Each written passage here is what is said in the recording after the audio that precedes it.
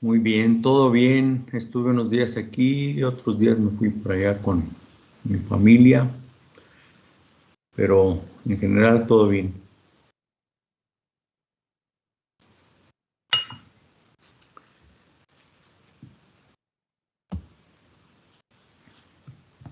Así es. Bien, son las 8:06, son 31 de los 40 estudiantes que están registrados en el curso. Pues vamos a empezar. Para el día de hoy agendé a manera de repaso horno de arco eléctrico. Así es que pues me gustaría que empezáramos por ahí. Tengo abierto un documento en formato PDF relacionado con el incremento en el rendimiento del material refractario de horno de arco eléctrico en una empresa cercana a esta ciudad. Pero pues primero me gustaría explorar en el conocimiento que tienen sobre horno de arco eléctrico, pues si quedó bien comprendido, si hay algunas dudas. Tengo también abierta una de las presentaciones que ya platicamos, ya revisamos con ustedes, para pues ubicarnos en caso de que hubiera dudas.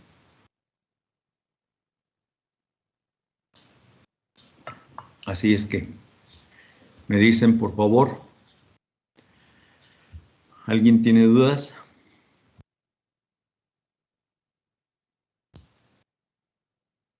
De cómo se lleva a cabo la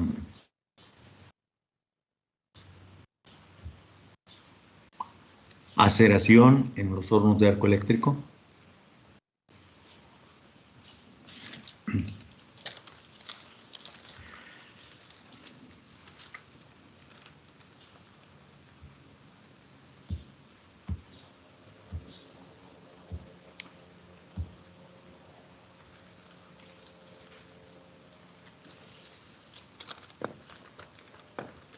Por ejemplo, el trabajo del que les estoy hablando, que está en un documento PDF, tiene por título Incrementar el rendimiento del refractario en el horno de arco eléctrico. ¿Por qué creen ustedes que es importante? Este es un trabajo de titulación por memoria y experiencia profesional. ¿Alguno de ustedes me puede decir por qué es importante enfocar ciertas actividades rutinarias, inclusive según este propio trabajo de diseño en el horno? ¿Por qué ese enfoque? ¿Por qué razón sería importante hacer algunas modificaciones en práctica operativa, o como dije hace ratito, inclusive en el diseño de algunos componentes del horno?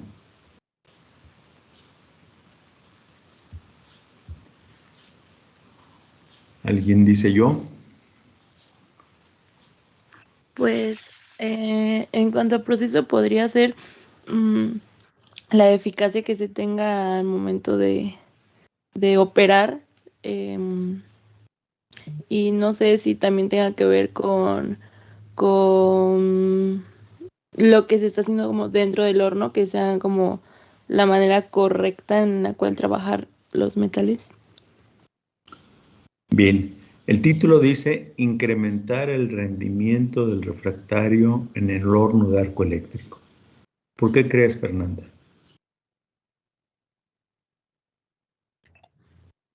Pues como tal lo dice, pues la mejora, el rendimiento del producto, bueno, del proceso, como le comentaba antes, yo creía que era como eso, evitar como, mm, pues no errores, pero limitarlos o hacerlos menos. Mm, Es una cosa más sencilla, pero muy significativa. Voy a repetir otra vez el título del trabajo. Dice, incrementar el rendimiento del refractario en el horno de arco eléctrico. Profe, Sí, ¿sí me escucha bien? sí, adelante.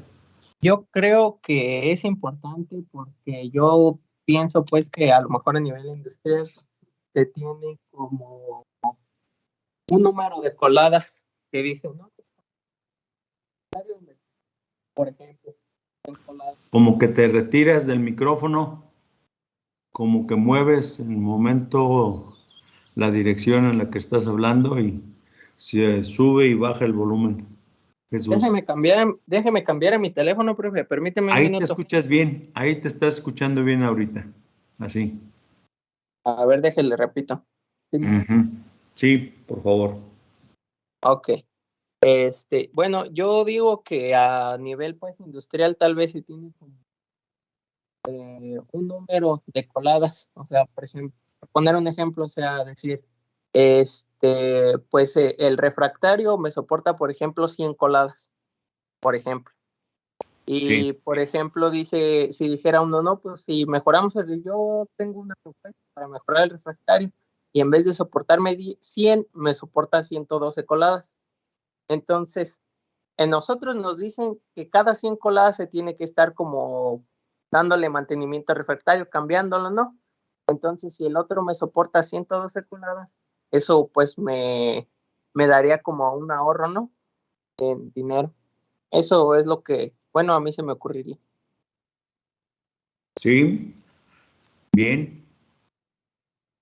Efectivamente, Jesús, Fernanda, todos los estudiantes del grupo, recuerden que he comentado que la vida de un horno, cualquiera que sea, depende del recubrimiento de la coraza metálica del que está formado el horno. Un horno está formado por una coraza metálica e internamente se protege la coraza metálica con material refractario. Así es que si en este trabajo se está hablando de aumentar el rendimiento del refractario, pues significa alargar la vida.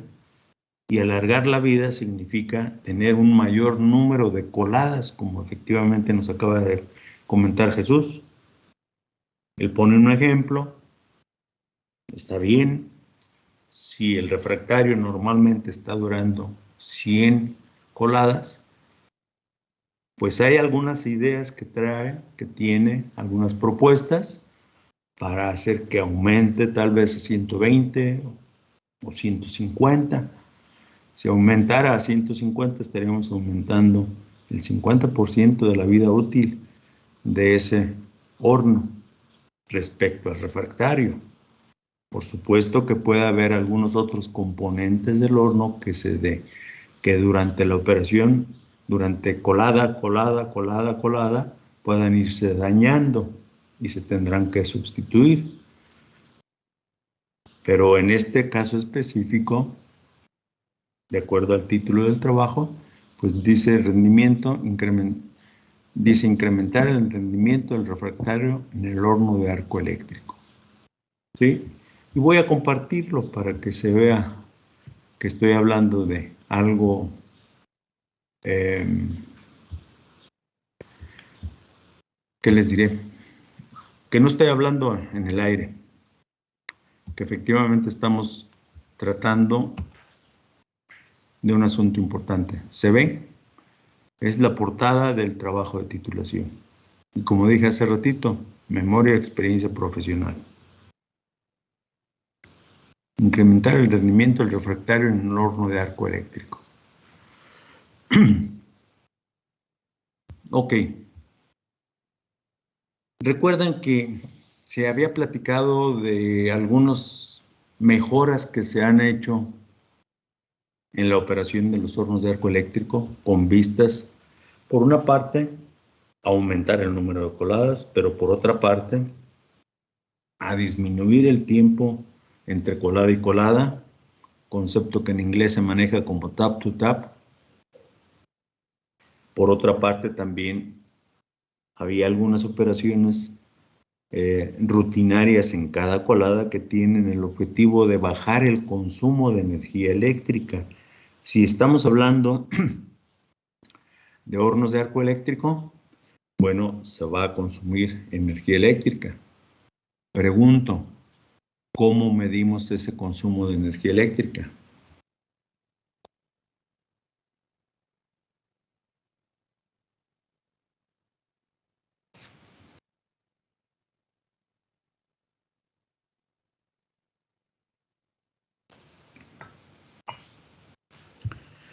Salvador Getsemaní.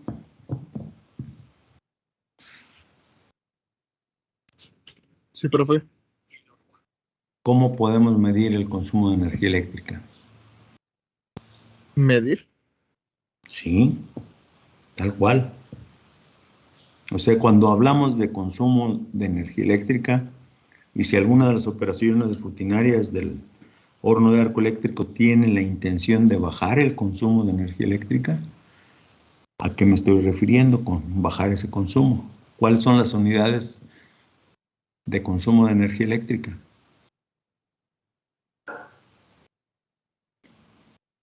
Watts.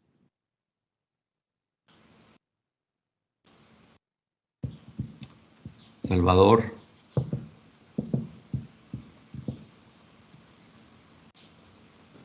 Pero él sería... ¿podrían ser los kilowatts o watts? Generalmente son kilowatts. Así es. Efectivamente, entonces debemos de tener presente eso. Entonces, y algo tan sencillo y que tenemos todos al alcance, porque creo que la mayoría de nosotros, por muy pobre o por muy baja que sea nuestra economía familiar, tenemos algunos servicios que no podemos vivir sin ellos, como es el consumo de energía eléctrica. Tenemos en nuestra casa energía eléctrica. Entonces, pues en algún momento podemos echarle un vistazo al recibo que llega cada 2 meses o cada mes en algunas regiones. ¿Y qué voy a ver ahí? Pues cómo ha sido el consumo, no solamente en cuánto voy a pagar, y sobre todo, si de un mes a otro, de un bimestre a otro bimestre, aumenta considerablemente, lo primero que tendría que hacer es pues buscar por qué aumentó. Entonces, si estoy pagando 250 pesos en un bimestre y al siguiente bimestre me llega de 500 pesos, pues tendría que reparar. Primero reparo en lo que voy a pagar y después tengo que revisar por qué razón voy a pagar más. Y entonces me voy a dar cuenta que tal vez consumí más energía eléctrica en ese siguiente bimestre. ¿Y qué hago? Pues buscar la manera de que el consumo vuelva al consumo rutinario que tenía. Es muy sencillo, tal vez, hacerlo en casa. ¿Qué tendríamos que hacer? Revisar que no se esté consumiendo inútilmente la energía eléctrica. Es decir, buscar mantener, por ejemplo, si la iluminación es uno de los factores de mayor consumo de energía eléctrica, pues no tener iluminado innecesariamente ciertos espacios. Y en fin, buscarle la manera. También en ese aspecto hay algunas operaciones que llevan a ese propósito, bajar el consumo de energía eléctrica. Cuando hacemos visitas con estudiantes, con grupos de estudiantes, algunas empresas que utilizan hornos de arco eléctrico, para hacernos notar la importancia del consumo de energía eléctrica, muchas veces quienes nos están dando la explicación hacen una comparación de decir, una sola colada en horno de arco eléctrico consume el equivalente de toda la ciudad. Por ejemplo, En el caso de Lázaro Cárdenas, ArcelorMittal, que tiene hornos eléctricos de 200 toneladas de capacidad de producción. Entonces, si hacemos esa comparación, pues vamos a ver que es importantísimo tener un control en el consumo de energía eléctrica en los hornos de Arco. ¿Y cómo se puede conseguir? Pues han buscado diferentes maneras. Yo por ahí les mostré hace algunas semanas atrás un grafiquito que llevan a ciertas mejoras para bajar el consumo de energía eléctrica. Entre otras cosas, se empezaron a poner quemadores de oxigas para hacer más rápida la fusión. Se empezó a precalentar la chatarra o la carga. Y todo eso lleva el propósito de bajar el consumo de energía eléctrica. Bien, déjenme avanzar un poquito aquí en este trabajo para ver cuáles son los objetivos que se están planteando.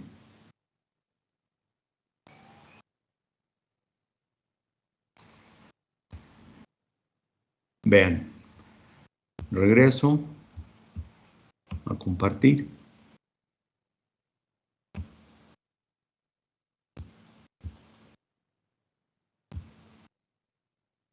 Y aquí está el planteamiento del problema, ¿sí se ve?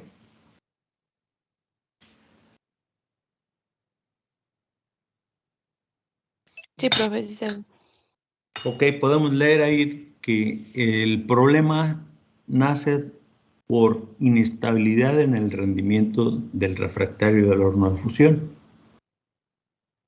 Y luego podemos ver lo siguiente, lo que causa esa inestabilidad afecta directamente el cumplimiento de la demanda de producción de la empresa, porque genera eventos auxiliares, por ejemplo, tiempos muertos y el costo de fabricación, por supuesto. ¿Sí? Entonces luego sigue con alcances del proyecto, pero podríamos ver algunos otros aspectos. Fundamentos teóricos, pues ya sabemos que, porque lo hemos estudiado, ¿sí? Dice, una buena condición de la escoria desde el punto de vista químico es aquella que tiene compatibilidad con la composición química del refractario. Si el trabajo está enfocado a mejorar el rendimiento del refractario y esto significa aumentar la vida útil del refractario, pues se debe de tener cuidado con la composición química de la escoria. Debe ser compatible, porque la escoria es una de las razones principales que hacen que la vida del material refractario pueda disminuir. Y aquí habla de las fuentes principales de escoria, nosotros ya sabemos eso. Si la carga metálica contiene algunos elementos como los que están aquí señalados, aluminio, silicio, cromo, manganeso, titanio y algunos otros, pues entonces la oxidación de esos elementos va a generar óxidos que van a formar parte de la escoria. Hay algunos otros elementos no metálicos como el azufre y el fósforo, ¿sí? Y además se agregan algunos materiales como son la cal siderúrgica, la cal dolomítica, en este caso está hablando de grafito también. Yo había comentado con ustedes que se forma una escoria espumosa, ya que se inyectan finos de carbón. Pero hablar de finos de carbón significaría, si estamos hablando de carbón mineral, que tal vez no es de muy buena calidad desde el punto de vista de composición química. Ese carbón mineral puede contener azufre, y pues si el azufre es un elemento indeseable en el acero, pues en el momento de estar agregando finos de carbón para formar una escoria espumosa, pues tenemos un efecto, por una parte formamos la escoria espumosa, pero estamos agregando azufre porque ese carbón puede contener azufre. Entonces la forma más pura de carbono es en forma de grafito. Por eso aquí dice que se utiliza grafito. Y aún así, pudiera en un momento dado también estar contribuyendo con algo de azufre o con alguna otra impureza. Y vean, aquí habla de disolución del refractario. Es decir, el refractario, si es de tipo magnesítico, puede en un momento dado ser disuelto por la escoria. ¿En qué momento?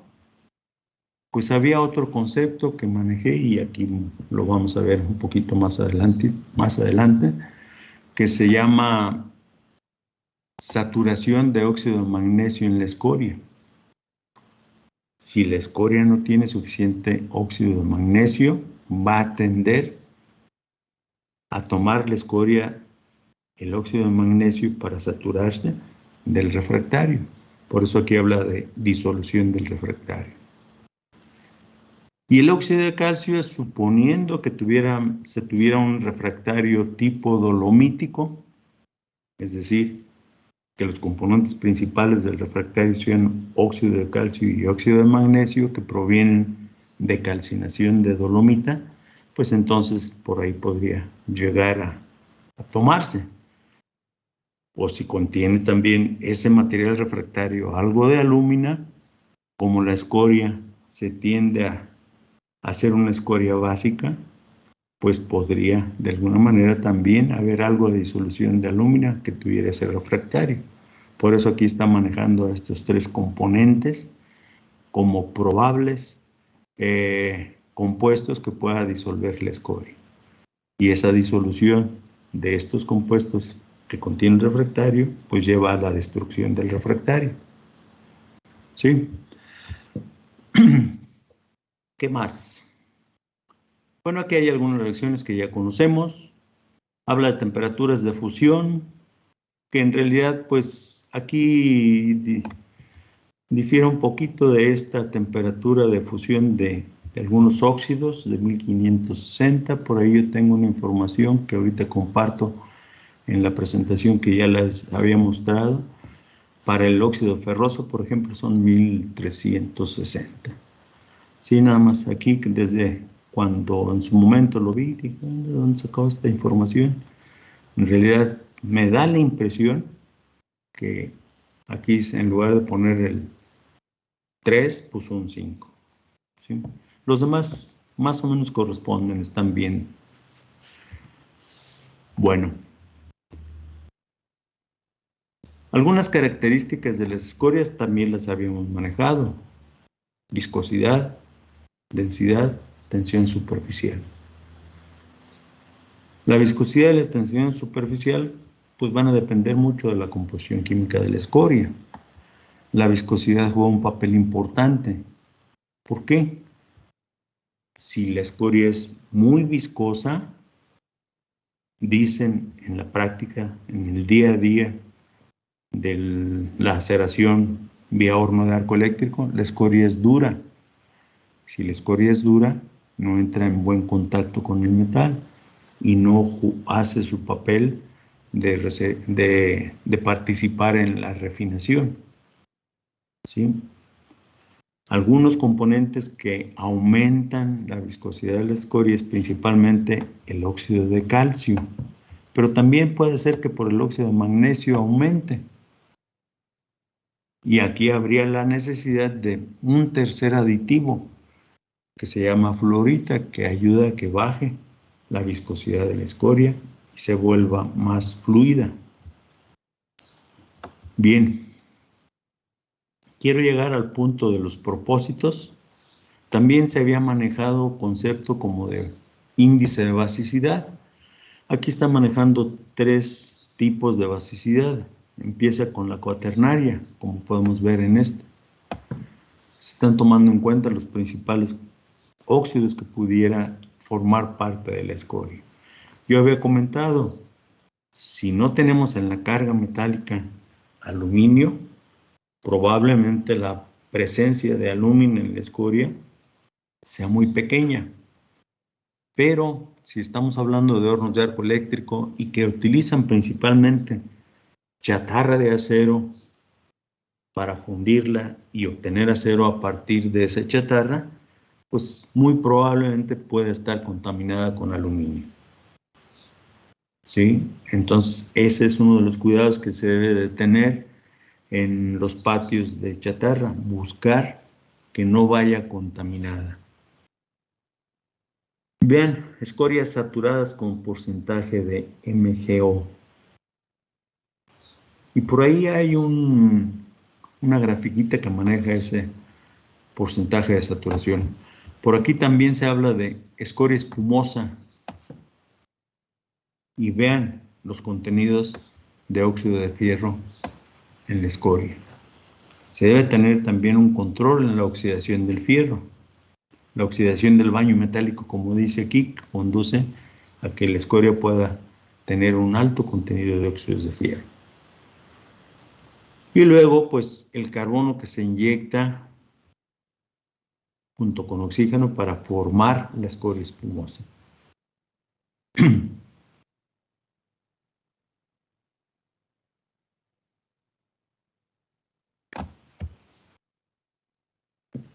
Vean algunos beneficios que se obtienen con una escoria básica desde el punto de vista del índice de basicidad. Reduce pérdidas de calor durante el enfriamiento de la coraza, ahorra energía y proporciona beneficio en costos, por supuesto. Y aquí hay una composición química de una folada X, señalada aquí como 564, en donde se hace un análisis químico de la escoria. Estos son porcentaje en peso de óxido de calcio, alúmina, sílice, óxido de magnesio, de manganeso, de fierro y los índices de basicidad. ¿Sí? Y aquí estamos hablando de binario, ternario, cuaternario. Y yo había comentado con ustedes previamente esto. Vean, aquí están los índices de basicidad. En el binario se toman en cuenta a los óxidos más representativos de los dos grupos principales. El óxido de calcio, que representa a los básicos, y la sílice, que representa a los ácidos. En el ternario se está refiriendo o se está relacionando al óxido básico principal y a los otros dos óxidos ácidos que pudiera estar presentes. Y en el cuaternario se mete a jugar al óxido de magnesio. ¿Sí? Bien.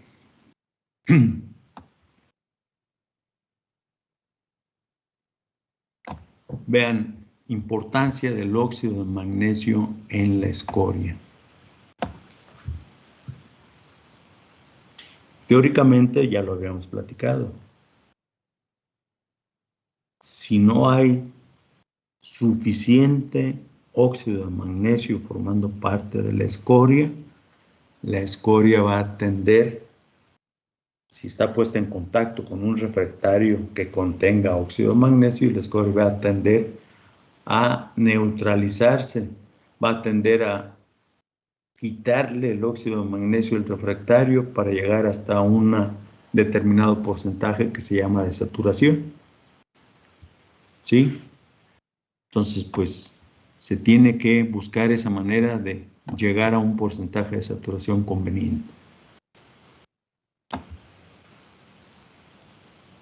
Y aquí hay un diagrama de estabilidad para el porcentaje de saturación del óxido de magnesio. ¿Sí? Vean, la basicidad que está manejando en este caso de este diagrama es 1.6. Aquí nos están hablando de una región de una escoria espumosa ideal, punteada. Y esto, línea en rojo, nos está manejando el porcentaje de saturación. Y la otra, porcentaje, saturación de MgO, y la otra, saturación de óxido de calcio. ¿Qué significa esto? Pues es un silicato dicálcico más, como se está relacionando óxido ferroso, sería más la M es óxido de magnesio y la W representa a la agustita, el óxido ferroso, que en este caso serían una región sólida, óxido de magnesio gustita más líquido. ¿Sí? Y son regiones y están en función, por una parte, del porcentaje de saturación de óxido de magnesio en la escoria, pero que tiene que ver con la oxidación de fierro o de la oxidación del baño metálico, que va a proporcionar óxido ferroso para la escoria. Entonces, esta es una grafiquita que utilizan mucho en planta, justamente para manejar un porcentaje de saturación de óxido de magnesio en función de la oxidación del baño metálico y también de acuerdo al índice de basicidad que estén manejando en planta en la escoria. Y aquí está la definición. L, completamente líquida la escoria. Aquí está la fase líquida más una fase de gustita magnesita, ¿sí? Que es sólido. Y esto, como les había dicho, un silicato dicálcico. ¿Qué dice un silicato de dicalcio? Bueno, lo podemos manejar como silicato dicálcico. ¿Qué significa? Pues que por cada molécula de sílice se está neutralizando con 2 moléculas de óxido de calcio. Recuerden esa parte cuando estudiamos la teoría molecular de las escorias. ¿Sí?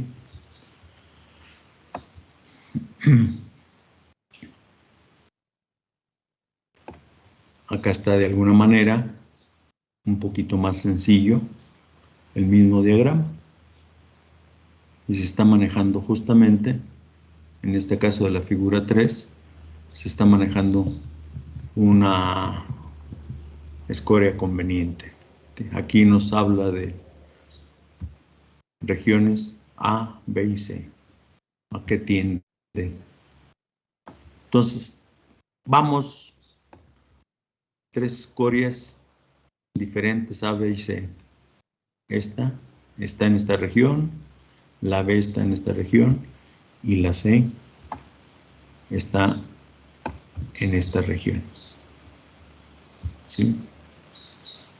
Llevamos respectivamente de aquí a acá para ver el porcentaje de óxido ferroso, lo comparamos con porcentaje de saturación y como está señalada el índice de basicidad de la escoria está aquí marcado, ¿sí? 1.6. Sigan manejando aquí ese valor de basicidad. Generalmente en esta empresa manejan de 1.6 a 2 o 2.2, 2.3 el índice de basicidad. A lo que voy es a lo siguiente. Se está con este concepto de porcentaje de saturación de óxido de magnesio en la escoria, se está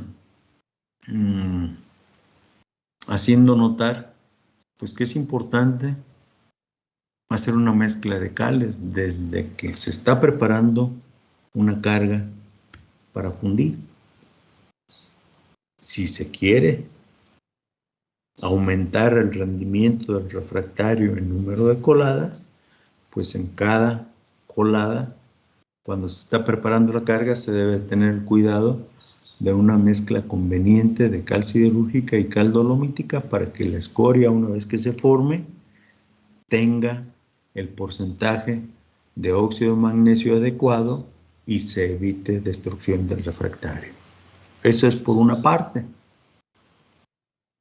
Por la otra parte, se debe tener cuidado con la oxidación del fierro que va a ir a dar a la escoria. Entonces, como podemos ver, la química y termodinámica de la aceración es muy importante. Aquí hay algunos otros aspectos que tuvieron que trabajarse en su momento. Están dando algunos tipos de refractarios que por el momento no nos vamos a meter mucho en ello, ¿sí?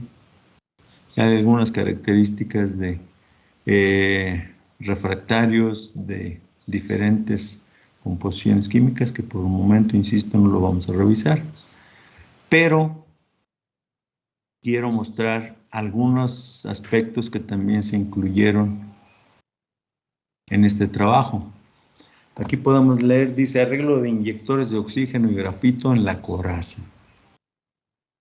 Al principio de la clase comenté que se habían metido con el propósito de aumentar la vida útil del refractario, se metieron no solamente con las prácticas operativas, sino también se metieron a hacer algunas modificaciones de diseño en las características del horno, como en este caso, los arreglos respecto a los inyectores de oxígeno y de carbono, en este caso que hablan de grafito, ¿sí? Respecto a la inclinación en la ubicación. Aquí habla de paneles 6, 10, 12 y 14. Pues eso ya sería cuestión de revisar en algún dibujo, que aquí se incluye más adelantito, revisar cómo está la colocación de esos paneles. Esto es como si se estuviera viendo desde arriba el horno con la bóveda desplazada. Entonces se está ubicando diferentes regiones. Vean, dice aquí, inyector de grafito con 36 grados de inclinación tangencial a la fase 1.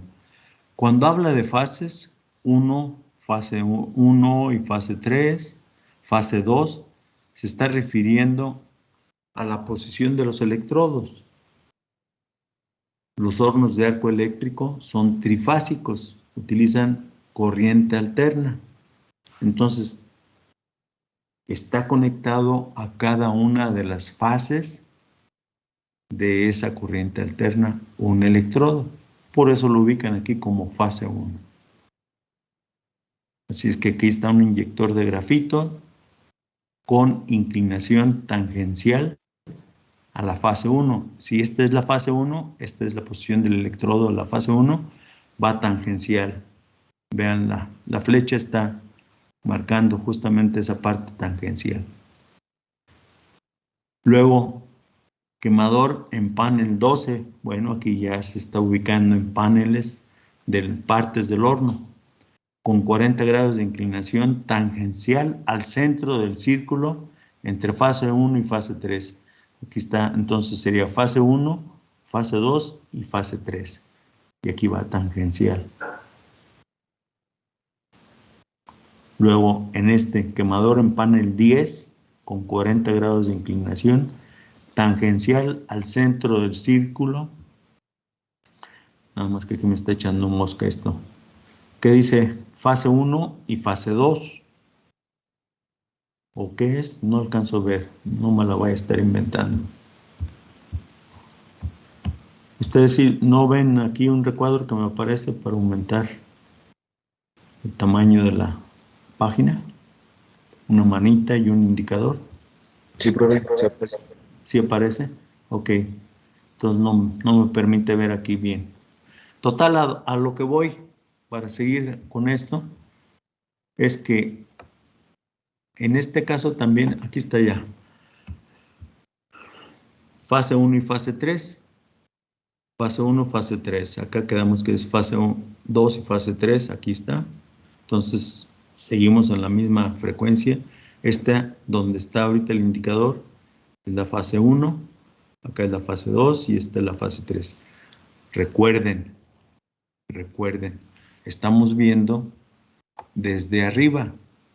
Y esto que estoy señalando es la distancia entre centros de un triángulo equilátero imaginario que forma el delta de los electrodos, que se refiere a la posición por donde se introducen los electrodos en la bóveda. Aquí podemos leer, dice, Oxyjet panel 2 del EBT. ¿Recuerdas, Josué, qué es EBT?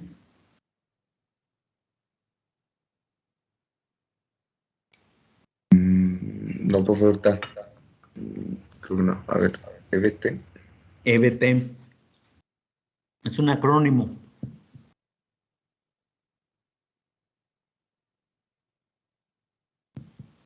Fernanda.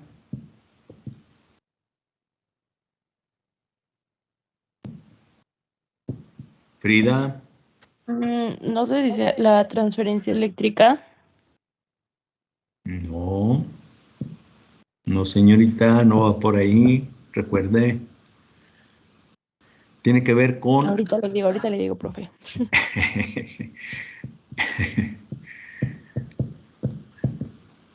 Erandi,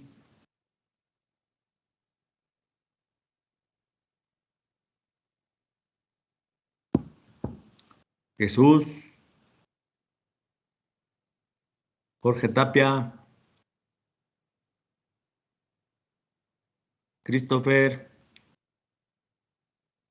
Ay, sí, sí lo sabía, pero ahorita como que no lo tengo bloqueado. De hecho, lo vimos en las pláticas de la otra vez. es vaciado excéntrico por el fondo. Eso significa EBT, claro, El en sangrado. inglés. Vaciado. EBT, eccentric, la E es de eccentric, la B es de bottom, de fondo, y la T es de tapping, vaciado. Eso significa. Entonces, aquí está el vaciado excéntrico por el fondo. Es esto. Recuerden, estamos viendo una vista en planta. Cuando dicen en planta, quiere decir que se está viendo desde arriba. Hay un observador que está viendo y no está la bóveda, está mostrándonos la coraza, porque en la coraza del horno están ubicados los quemadores.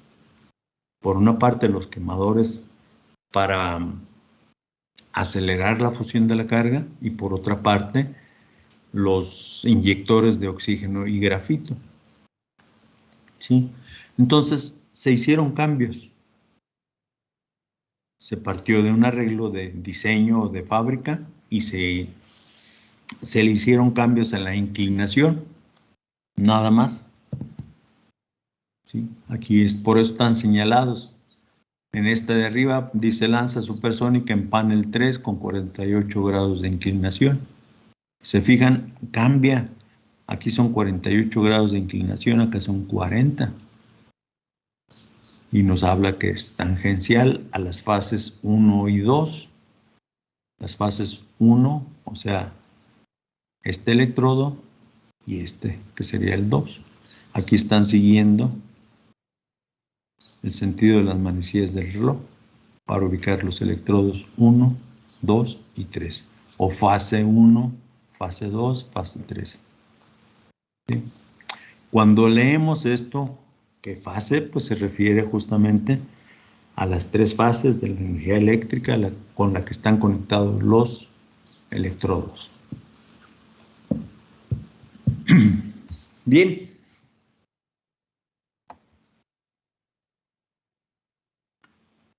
No sé si más o menos queda comprendido mi propósito de compartir con ustedes este trabajo de titulación que está referido a algunos objetivos muy específicos, como fue aumentar la vida útil del refractario, haciendo algunas mejoras por una parte en la práctica operativa, por otra parte en ciertos arreglos, como es en el caso este último que estaba viendo, de la inclinación de los inyectores de oxígeno y grafito y de los quemadores. La intención sigue siendo la misma.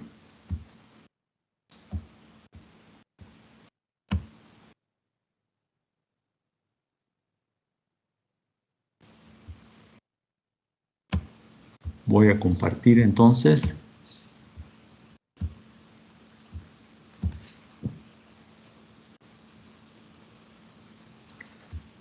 Se ve la presentación que ya habíamos revisado.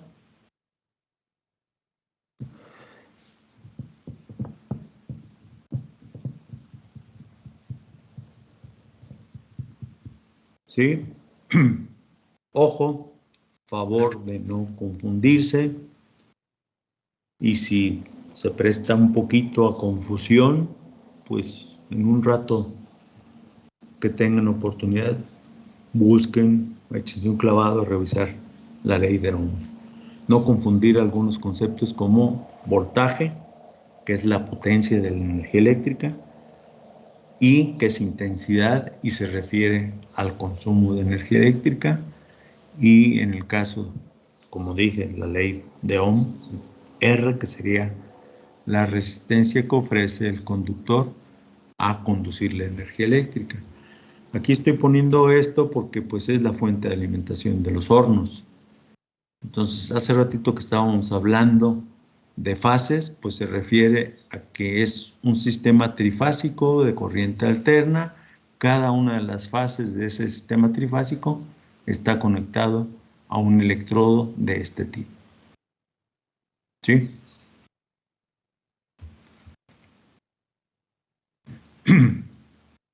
Y vean, habíamos visto esto. Se hace contacto con la carga metálica, con chatarra, y se forma un arco eléctrico.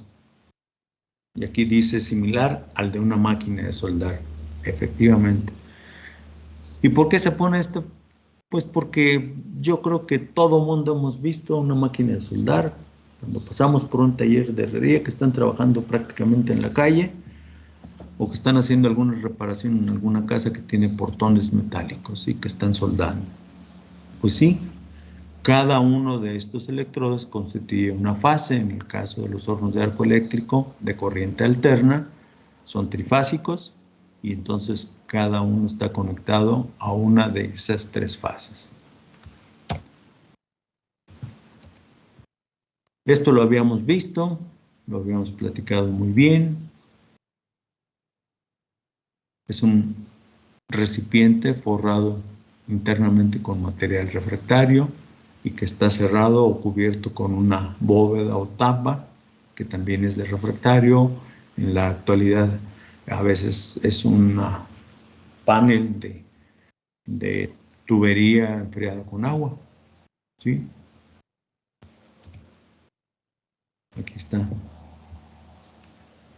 Nuevamente los electrodos, la bóveda, el cuerpo del horno, y esta es una puerta para hacer por ahí algunas operaciones, permitir la salida de escoria y hacer algunas adiciones durante cierta etapa de la operación. Y acá lo que tenemos son ductos de salida de gases. Este es un esquemita para ilustrar que puede haber refractario ácido del lado izquierdo o refractario básico del lado derecho. ¿Sí?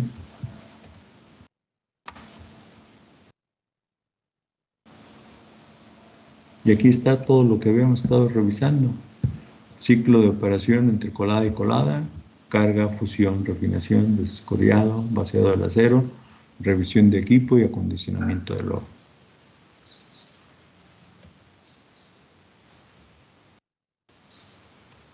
Se habló de la carga como primer paso, cómo puede estar constituida la carga. Puede ser chatarra de acero, puede ser fierro esponja, puede ser prerreducidos. La diferencia entre fierro esponja y prerreducidos, Christopher.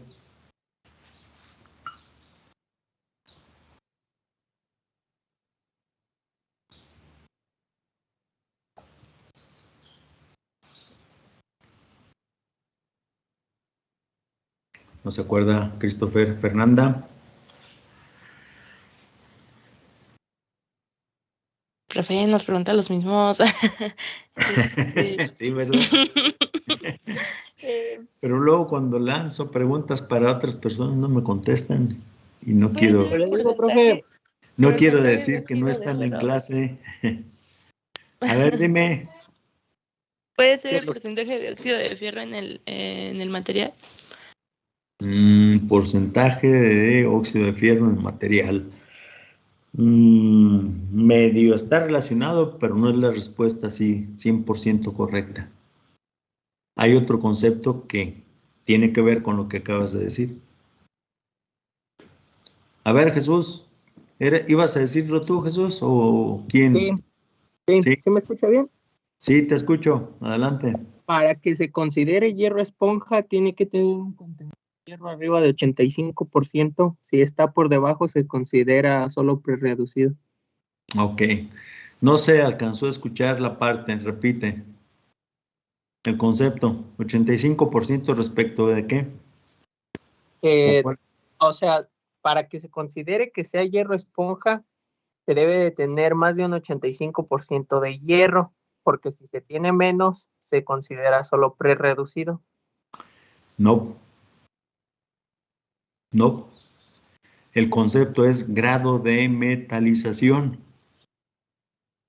Y el grado de metalización es fierro metálico entre fierro total multiplicado por 100. ¿Sí ves que es diferente? Sí. Recuerden que tanto el fierro esponja como los prerreducidos provienen de procesos de reducción directa. Y ahí es en donde se definieron los conceptos de grado de metalización o grado de reducción. Los grados de metalización es porcentaje de fierro metálico, es el fierro metálico dividido entre el fierro total. Y el fierro total es fierro que se encuentra libre de oxígeno más fierro que todavía está combinado con oxígeno. Y cuando es el resultado de esa división multiplicado por 100 mayor al 85%, entonces se considera fierro esponja. Si es menor, es prerreducido. Pero es grado de metalización. Ese que no se les olvide. ¿Sí? Ok. Aprovecho la fotografía para indicarles, si están viendo el cursor, vean, justamente hace ratito que estaba hablando de grados de inclinación, pues vean respecto a una línea horizontal que podríamos aquí trazar, el grado de inclinación es de 40 a 40 y tantos grados. ¿Sí? No les voy a decir así con mucha certeza, este se refiere a un oxiquemador o a una lanza que inyecta oxígeno y grafito, pero seguramente sí es por ahí esa lanza con dos tubos, uno para inyectar oxígeno, otro para inyectar grafito y formarle escoria espumosa. Y vean, si hace ratito no quedaba muy claro en el otro esquema que les estaba mostrando ese grado de inclinación, pues aquí lo podemos ver en esta fotografía muy claramente.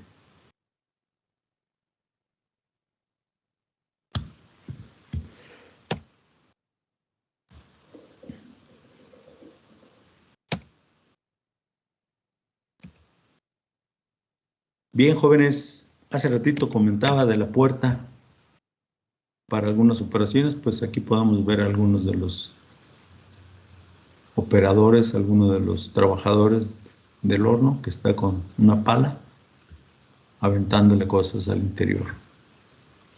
¿Sí?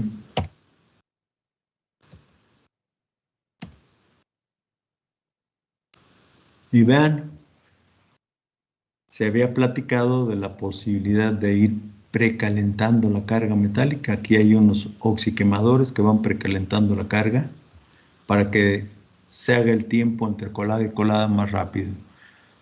Baja el tiempo entre colada y colada, baja obviamente el consumo de energía eléctrica. Y vean, aquí también está indicado uno de esos inyectores de oxígeno y grafito para formar la escoria espumosa.